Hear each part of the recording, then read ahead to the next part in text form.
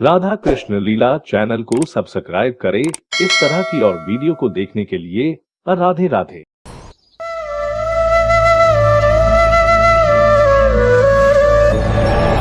मनुष्य का स्वभाव है कमाना, संग्रह करना, फिर चाहे वो धन हो, नाते हो, संबंध हो या हो प्रसन्नता। परंतु क्या आपने कभी सोचा है नियति ने यह संग्रह करने की प्रकृति मनुष्य में क्यों डाली? एक बीज से पौधा पनपता है, उसके भोजन से फल संग्रहित होता है। क्यों? इसलिए ताकि वृक्ष उसे स्वयं खा सके? नहीं, बल्कि इसलिए ताकि वो भूखे जीवों में बांट सके। अब आप पूछेंगे कि इसमें वृक्ष का क्या लाभ? लाभ है, क्योंकि जो बांटता है वो मिटता नहीं। जो फल ये जीव खाते हैं वो उसके बीजों को वातावरण में बिखेर देते हैं, जिससे जन्म लेते हैं नए वृक्ष। उसकी जाति, उसका गुण, उसकी मिठास अमर हो जाती है। इसलिए स्मरण रखिएगा, अमीर होने के लिए एक एक क्षण संग्रह करना पड़ता है, किंतु अमर बनने के लिए एक एक कण बांटना पड़ता है।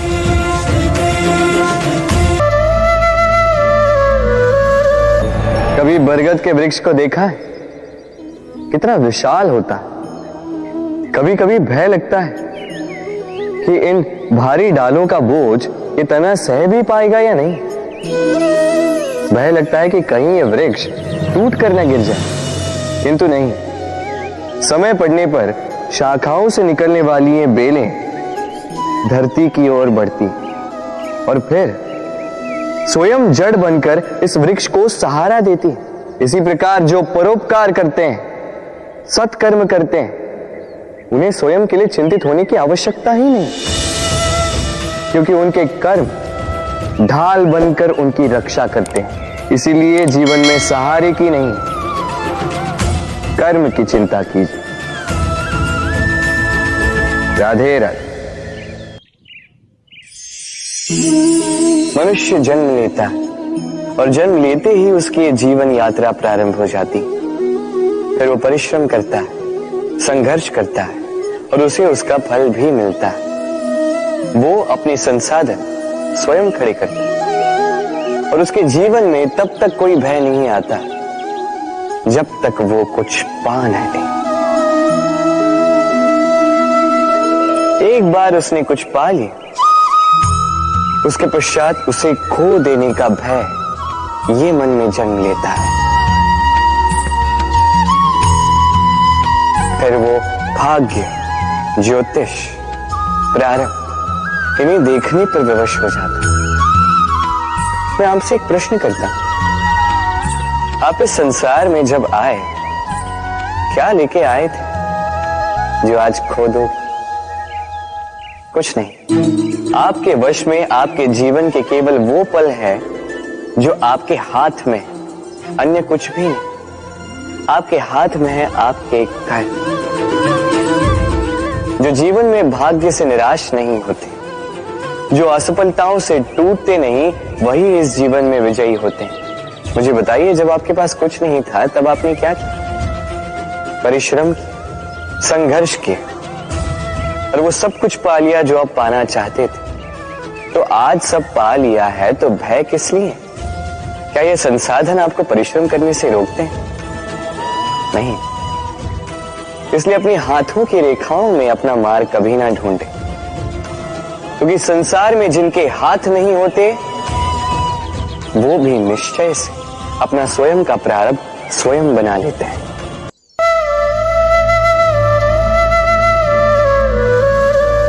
जब से मनुष्य का जन्म हुआ है जान पहचान का। और आज के युग में तो व्यक्ति का मूल्यांकन ही इस बात से किया जाता है कि इसकी पहचान किससे है, इसकी पहचान कहां तक है। क्यों? आपके आसपास भी ऐसे कई लोग होंगे जो पहचान की बल पर आपका काम बना लेते हैं। ऐसे कई लोग होंगे जो पहचान से काम पा लेंगे, धन अर्जित कर लेंगे। किंतु आप तनिक सोचिए, क्या ये ठीक है? पहचान से मिला काम आपके साथ तब तक रहेगा जब तक आपके उनसे मधुर संबंध हों। संबंधों में खटास आई और काम निकल गया हाथ से। तो अब क्या किया जाए?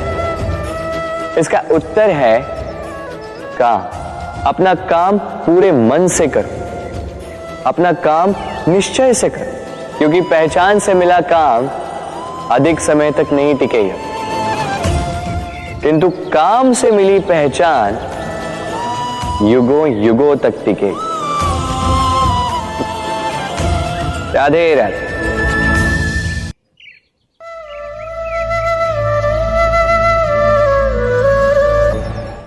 संसार में आपको ऐसे कई लोग मिलेंगे जो आपको बताएंगे कि क्या करना है, किंतु उससे भी अधिक महत्वपूर्ण बात यह है कि क्या नहीं करना। आज मैं आपको ऐसी ही 3 बातें बताने वाला हूं जो आपको आपके जीवन में नहीं करनी है। पहली बात, आनंद में कभी वचन मत दो। आनंद आपके तर्क को हर लेता है और फिर आनंद में दिया गया ये वचन बाद में गले की फांस बन जाता है। दूसरी बात, कभी भी क्रोध में उत्तर मत दो। क्रोध आपके विवेक को खा जाता है, भविष्य दृष्टि को बाधित कर देता है और फिर कुछ क्षण के लिए आया ये क्रोध, इसमें दिया गया उत्तर बाद में जीवन भर के लिए प्रश्न बन जाता है। और तीसरी बात, कभी भी दुख में निर्णय मत लो। दुख आपके सोचने समझने की क्षमता को सीमित कर देता है और दुखी मन से लिए गए निर्णय सदा दुख ही देते हैं। सच कहा जाए तो वचन, उत्तर और निर्णय कभी भी जीवन में सोच विचार करके ही लेने या देने चाहिए। सोच विचार करके कार्य करोगे तो इस संसार में किसी भी समस्या का हल बूझना नहीं पड़ेगा। राधे राधे।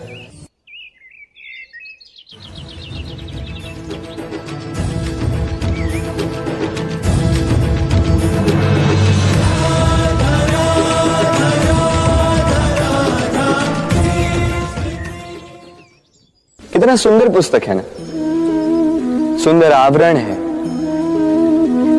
सजाए हुए पृष्ठ हैं।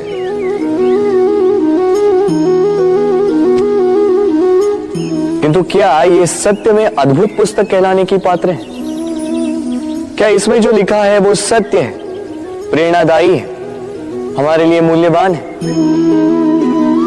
कैसे निश्चय लिया जाए इस बात का? अब आप सोचेंगे कि सीधी सी बात है, आवरण को देख के पुस्तक की गुणवत्ता कैसे जानी जा सकती है? इसके लिए तो आपको उसे पढ़ना होगा, उसे समझना होगा, समय देना होगा, है ना? बिल्कुल उचित सोच रहे हैं आप। बस आश्चर्य की बात यह है कि पुस्तक के विषय में आप ये सारी बातें जानते हैं, किंतु किसी व्यक्ति के विषय में आप ये सारी बातें मन में नहीं लाते। व्यक्ति का मूल्यांकन भी उसके वस्त्रों से, उसके शारीरिक रूप से या उसकी सुंदरता से नहीं किया जा सकता। उसके लिए आपको उस व्यक्ति को पढ़ना होगा, उसे समझना होगा, उसे समय देना होगा। पर हम क्या करते हैं? पहनावे, रंग, सुंदरता को देखकर आकर्षित हो जाते हैं, उसे प्रेम समझ बैठते हैं और आए दिन कोई ना कोई ये कहते सुनाई देता है कि उसकी प्रेम कहानी सफल नहीं हो पाई, उसे छल मिला। किंतु इसमें दोष किसी और का नहीं, स्वयं आपका है। आपने उस व्यक्ति को समय नहीं दिया, आपने उस व्यक्ति के विचार नहीं परखे। प्रेम 2 क्षण में बनने वाला पकवान नहीं है, इसका स्वाद चखने के लिए आपको जीवन भर का समय देना पड़ेगा। तो समय दीजिए, एक दूसरे के रूप से नहीं, आत्मा से जुड़ी। निश्चित ही मन प्रसन्नता से कह उठे। हमारे पास अक्सर बहुत लोग आते हैं, कुछ को हम समय देते हैं, कुछ का हम तिरस्कार करते हैं। किंतु तिरस्कार कभी नहीं करना चाहिए। किसी व्यक्ति के आपके पास आने के 3 मुख्य कारण होते हैं: भाव, अभाव और प्रभाव। यदि कोई आपके पास प्रेम भाव से आए तो उसे प्रेम दे, सम्मान दे। यदि कोई आपके पास अभाव में आए तो उसकी आवश्यकता समझे और जितना हो सके स्वयं से उसकी सहायता करें। और यदि कोई आपके पास प्रभाव के कारण आए तो भी उसे समुचित सम्मान दे। स्वयं को भाग्यशाली समझे कि कोई आपके प्रभाव में है। किंतु तिरस्कार कभी नहीं। तिरस्कार जन्म देता है कुंठा को, और कुंठा किसी को भी आपका शत्रु बना देती। इसीलिए मित्र बनाएं, आनंद लें और मेरे साथ कहें राधे राधे। राधा की ये माला अचानक टूट गई, सारे मोती बिखर गए। राधा ने मुझसे कहा कि ये माला उसके लिए बहुत प्रिय है, ये मोती अमूल्य है, उसके लिए विशेष। अब मेरी राधा के लिए विशेष है तो मैं बैठ गया इस माला को ठीक करने की।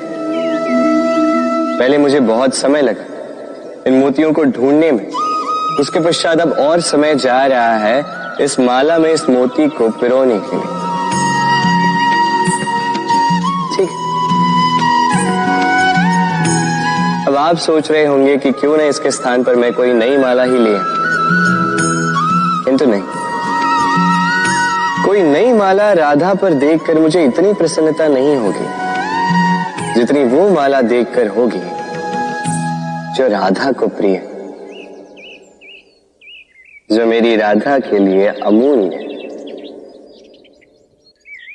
इसी प्रकार होते हैं हमारे मित्र, हमारे अमूल्य मित्र। तो किसी बात से यदि बात बिगड़ जाए, कहां सुनी हो जाए, किसी कारण से विचारों में अंतर पड़ जाए, तो उनसे दूर होना उपाय नहीं है, बल्कि प्रयास कीजिए कि उन्हें मनाकर पुनः प्रेम के बंधन में बांध दो, अपने पास रखो। क्योंकि ये बंधन, ये अमूल्य मित्र, इनका जीवन में महत्व कुछ और ही होता है। तो आइए मेरे साथ प्रेम से कहिए राधे राधे। संसार का सबसे बड़ा रोग कौन सा है? कोई कहेगा भूख, कोई कहेगा बुढ़ापा, कोई कहेगा ज्वर आदि इत्यादि। हम सदैव प्रयास करते हैं कि इन रोगों से हम दूर ही रहें। समय समय पर हम चिकित्सक से मिलते हैं, हर संभव प्रयास करते हैं कि ये रोग हमारे आसपास भी ना भटके। किंतु संसार का ये सबसे बड़ा रोग सदैव हमारे साथ ही रहता है, और इस रोग का नाम है भय। किसी भी बात का भय। लोग क्या सोचेंगे इस बात का भय। यदि मैंने ये किया तो क्या होगा इस बात का भय। यदि मैंने ये नहीं किया तो क्या होगा इस बात का भय, आदि इत्यादि। देखा जाए तो प्रत्येक व्यक्ति के मन में एक भय है जो उसे पीड़ा देता है। अब ये भय करता क्या है? आपकी शक्ति को, आपके आत्मविश्वास को, आपके व्यक्तित्व को मिटा देता है। स्मरण रखिएगा, यदि आप अपना भाग्य स्वयं बनाना चाहते हैं तो सर्वप्रथम भय मुक्त हो जाइए। अब स्वयं देखिए कैसी विचित्र सी बात है, जो अब तक हुआ नहीं है उसको लेके हम इतना भयभीत होते हैं कि वर्तमान में स्वयं को पीड़ा देते हैं। इसीलिए जो अब तक हुआ नहीं है उसकी चिंता मत कीजिए। हाँ, जो हो चुका उसकी समीक्षा अवश्य करें, उससे सीखें अवश्य, और जीवन में आगे बढ़े। अभी के लिए निर्भय होकर मेरे साथ प्रेम से कहें, राधे राधे।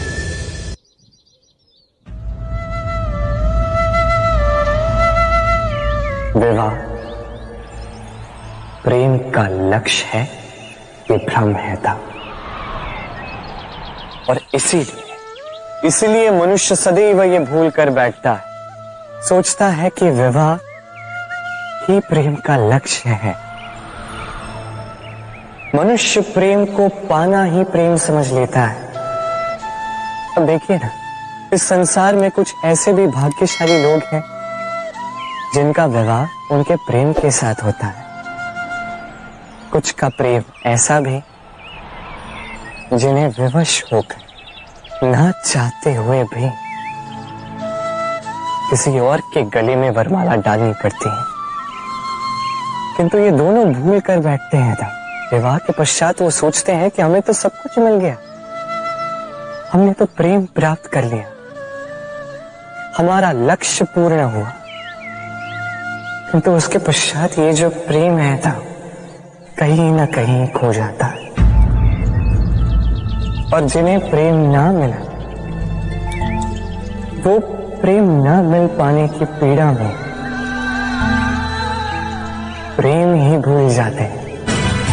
ये प्रेम ना ही शारीरिक है ना ही भौतिक, ये प्रेम तो अपनी आत्मा का समर्पण है। ये विवाह एक संबंध अवश्य है और इसमें कुछ भी अनुचित नहीं है। ये विवाह प्रेम से प्रतिबंधित नहीं है था। ये प्रेम कहीं ऊंचा है।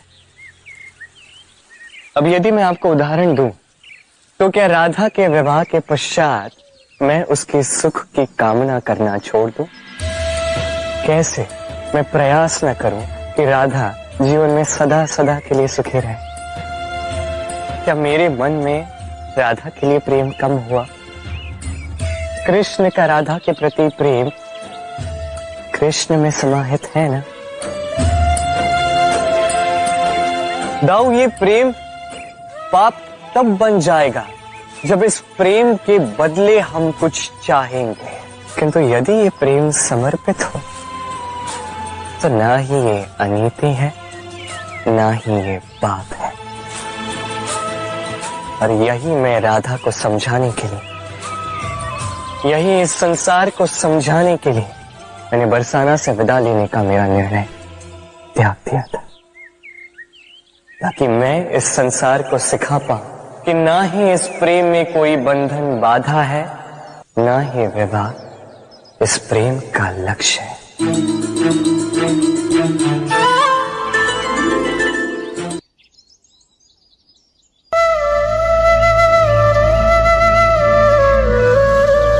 हम मनुष्य साथ रहते हैं, आनंद पीड़ा मिलजुल कर बांटते हैं, समय पड़ने पर सहायता देते हैं, सहायता लेते भी हैं। किंतु क्या सदा सहायता लेना उचित है?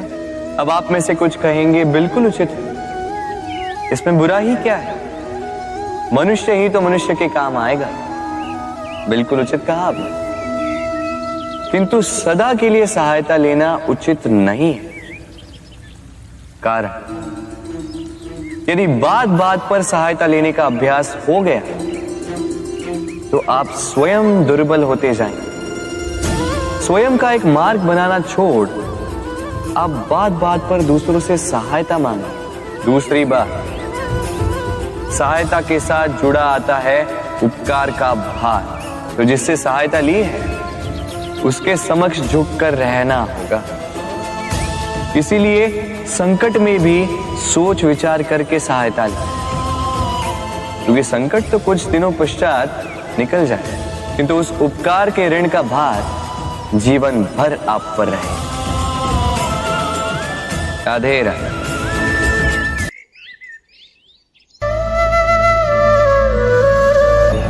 अक्सर आपने आपके माता पिता, आपके हितैषी, आपके शुभ चिंतकों के मुंह से यह सुना होगा, इसे कुदृष्टि लग गई है, इसकी कुदृष्टि उतारो, ये मत करो नहीं तो कुदृष्टि लग जाएगी, ऐसा श्रृंगार ना करो, वो मत पहनो, नहीं तो कुदृष्टि लग जाएगी। और कुछ तो इस कुदृष्टि का उपचार भी कर लेते हैं। मिर्च का धुआं जलाते हैं, तेल की बाती से कुदृष्टि उतारते हैं, काला टीका लगाते हैं, क्या क्या करते हैं। उचित है, किंतु मैं कुदृष्टि को नहीं मानता। मैं मानता हूं कि यदि आपका मन अच्छा हो तो कोई भी कुदृष्टि आपको किसी भी प्रकार से हानि नहीं पहुंचा सकती। आंधियां भी केवल उन्हीं घरों में धूल भर पाती है जिन घरों में खिड़कियों के पर्दे दुर्बल होते हैं। बवंडर भी केवल उन्हीं दीवारों को गिरा पाते हैं जो नींव से कमजोर होते हैं। और आपके व्यक्तित्व की नींव है आपकी सोच, आपका दृष्टिकोण। एक ही स्थिति, एक ही स्थान, एक ही घटना को आप सकारात्मक रूप में भी ले सकते हैं, नकारात्मक रूप में भी ले सकते हैं। निर्णय आपका है। इस संसार को जैसा सोचोगे वैसा ही पाओगे। इसलिए स्मरण रखिएगा, अपनी दृष्टि नहीं, अपना दृष्टिकोण संभालिए। क्योंकि जैसा कहा गया है, इस संसार में बुरी दृष्टि का उपचार तो है, बुरे दृष्टिकोण का नहीं। तो प्रेम से बोलो, राधे राधे।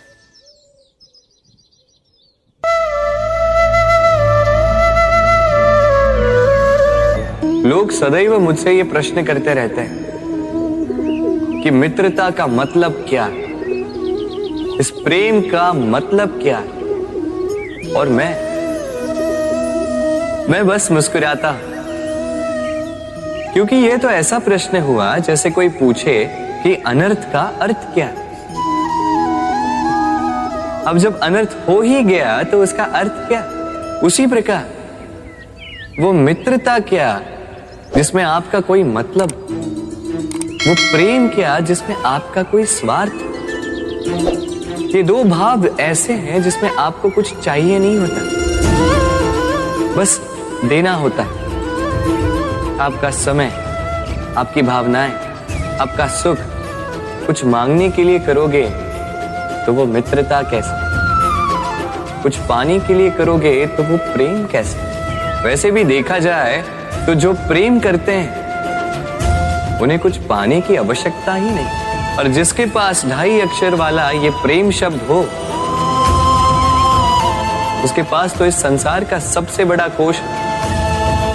तो आप इस कोश को बढ़ाइए और मेरे साथ कहिए, राधे राधे।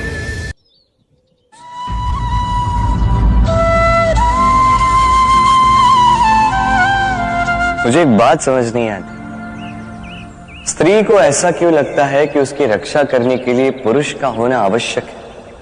क्या स्त्री स्वयं की रक्षा नहीं कर सकती? मुझे एक बात बता रहा था, क्या तुम अपनी रक्षा करने में सक्षम नहीं थे?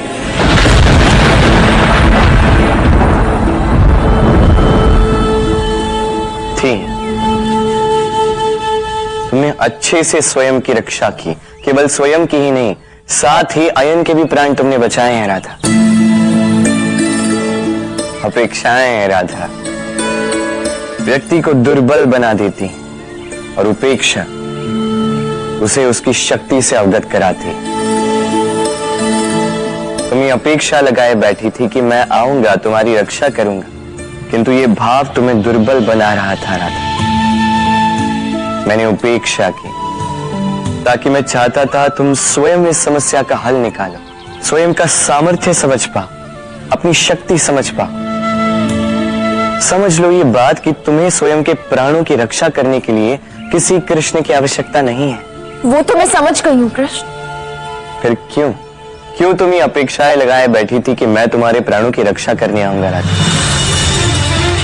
क्योंकि तुम्हें ऐसा नहीं लगा कि तुम इस संकट का सामना करने योग्य हो, कि तुम में इतना सामर्थ्य है। किंतु मुझे तुम्हारे सामर्थ्य पर, तुम पर पूर्ण विश्वास था, पूर्ण विश्वास है राधा। मैं जानता था तुम सशक्त हो, मैं जानता था तुम इसका सामना कर सकती हो।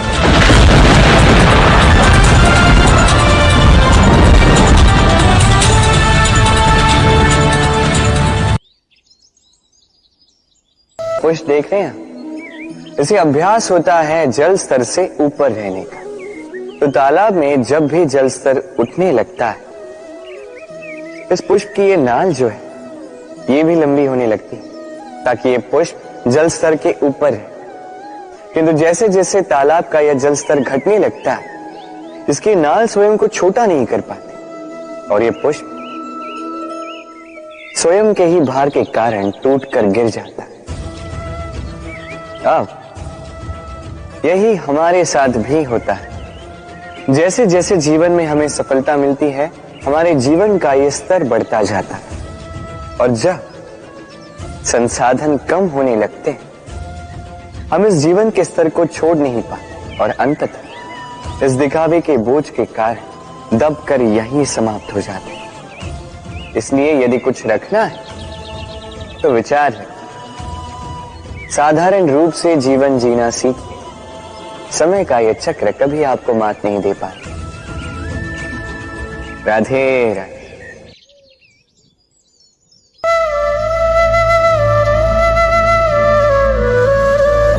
जीव जन्म लेता है और उसके साथ ही जागती है उसकी स्मृति।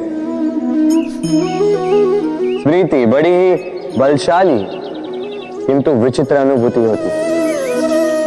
सदा आपके साथ रहती, आपके साथ जो जो घटता है वो कहीं ना कहीं किसी स्थान पे संचित रहता है। किंतु कभी कभी हम भूल जाते हैं कि स्मृति हमारी है। तो इसमें हमें क्या सहेजना है और क्या मिटा देना है, ये हम पर निर्भर करता है। इस जीवन में क्या सहेजना चाहिए? सुख, आनंद के क्षण, वो क्षण जहां किसी ने हम पर उपकार किया, वो क्षण जहां किसी ने अपनी मित्रता निभाई, वो क्षण जहां हमने किसी को सुख दिया। और हम क्या स्मरण रखते हैं? अपने दुख, पीड़ाएं। वो क्षण जहां किसी ने हमारे साथ कुछ बुरा किया, वो क्षण जहां किसी ने शत्रुता निभाई। और फिर यही स्मृतियां हमें प्रेरित करती है प्रतिकार के लिए। इसलिए हमें क्या भूलना है और हमें क्या स्मरण रखना है, ये हम पर निर्भर करता है। इस जीवन में सब कुछ भूल जाइए, किंतु ये अवश्य स्मरण रखिएगा, भूलने वाली बातें याद है, इसीलिए विवाद है। तो प्रेम से बोलो राधे राधे।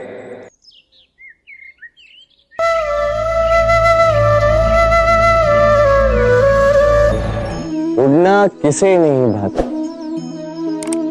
सफलता के आकाश पर सवारी करना कौन नहीं चाहता। सब चाहते हैं कि इस संसार में उनका नाम, उनकी पहचान सबसे ऊपर हो, कि उनका नाम इतिहास में स्मरण रखा जाए। परंतु सबका नाम इतिहास में नहीं लिखा जाता। कुछ लोग नाम पाकर भी बेनाम रह जाते हैं। क्यों? क्योंकि वो धरातल से नाता तोड़ देते हैं। भूल जाते हैं ये बात कि उड़ान पूर्ण होने के पश्चात धरातल ही उन्हें विश्राम देगा, कि उनके कारनामों पर तालियां बजाने वाले, उनकी प्रशंसा करने वाले धरा पर ही रहते हैं और धरती पर रहने वाले लोग ही इतिहास लिखते हैं। तो सफलता का आकाश नापी, पर अपनों से, उन लोगों से मत कटिए जो आपकी इस सफलता का आधार है। तभी इतिहास में नाम होगा और तभी आप भविष्य में प्रसन्न रहेंगे। राधे।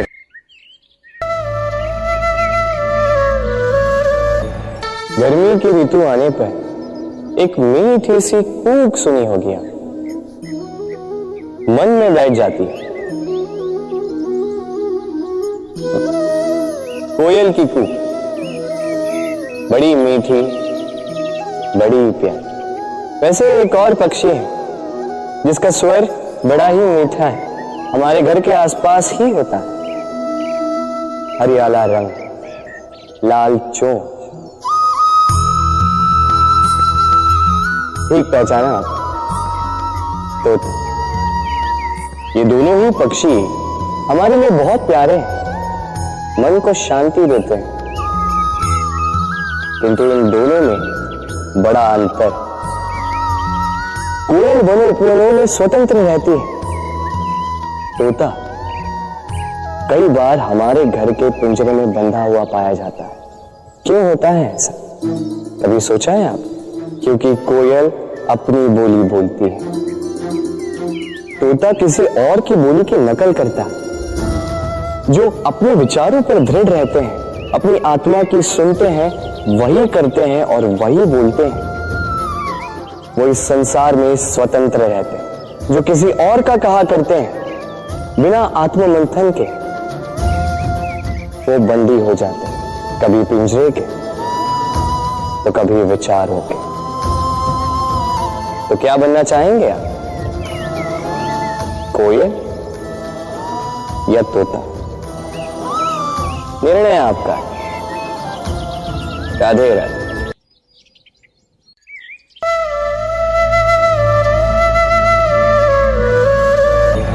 हम में से कई लोग इस विषाद से ग्रस्त रहते हैं कि हमें हमारे जीवन में अपेक्षित सुख सुविधा कभी प्राप्त ही नहीं हो, क्योंकि हमारा भाग्य ही यही है, क्योंकि हम ऐसे परिवेश में जन्मे।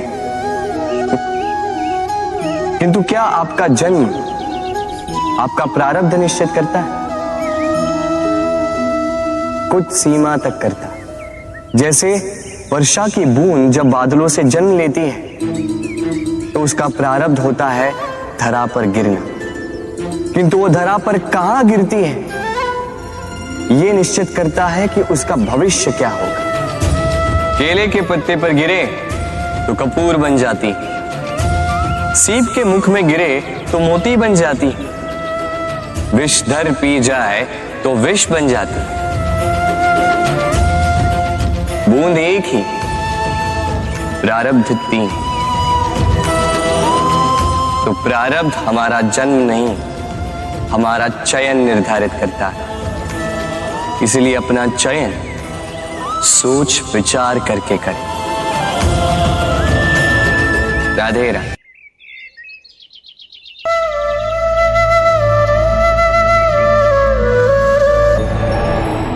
जब मैया खीर बनाती है तब वो हमें बहुत भाती है। क्यों? किंतु मैया खीर कैसे बनाती है? पहले वो भात और दूध का प्रबंध करती है, फिर वो मीठे का प्रबंध करती है, फिर वो आंच पर इसे देर तक पकने देती है ना सरल?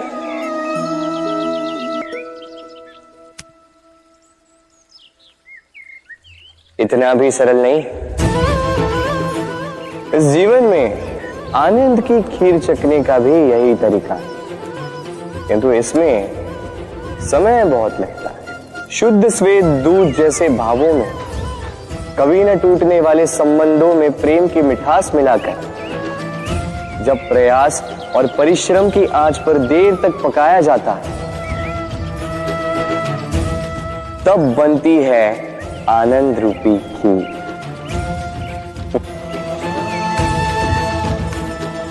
तो स्मरण रखिए, शुद्धता भावों की, मिठास प्रेम की और प्रयास आत्मा की, इन तीनों को मिलाओगे तब भी जीवन में आनंद पाओगे।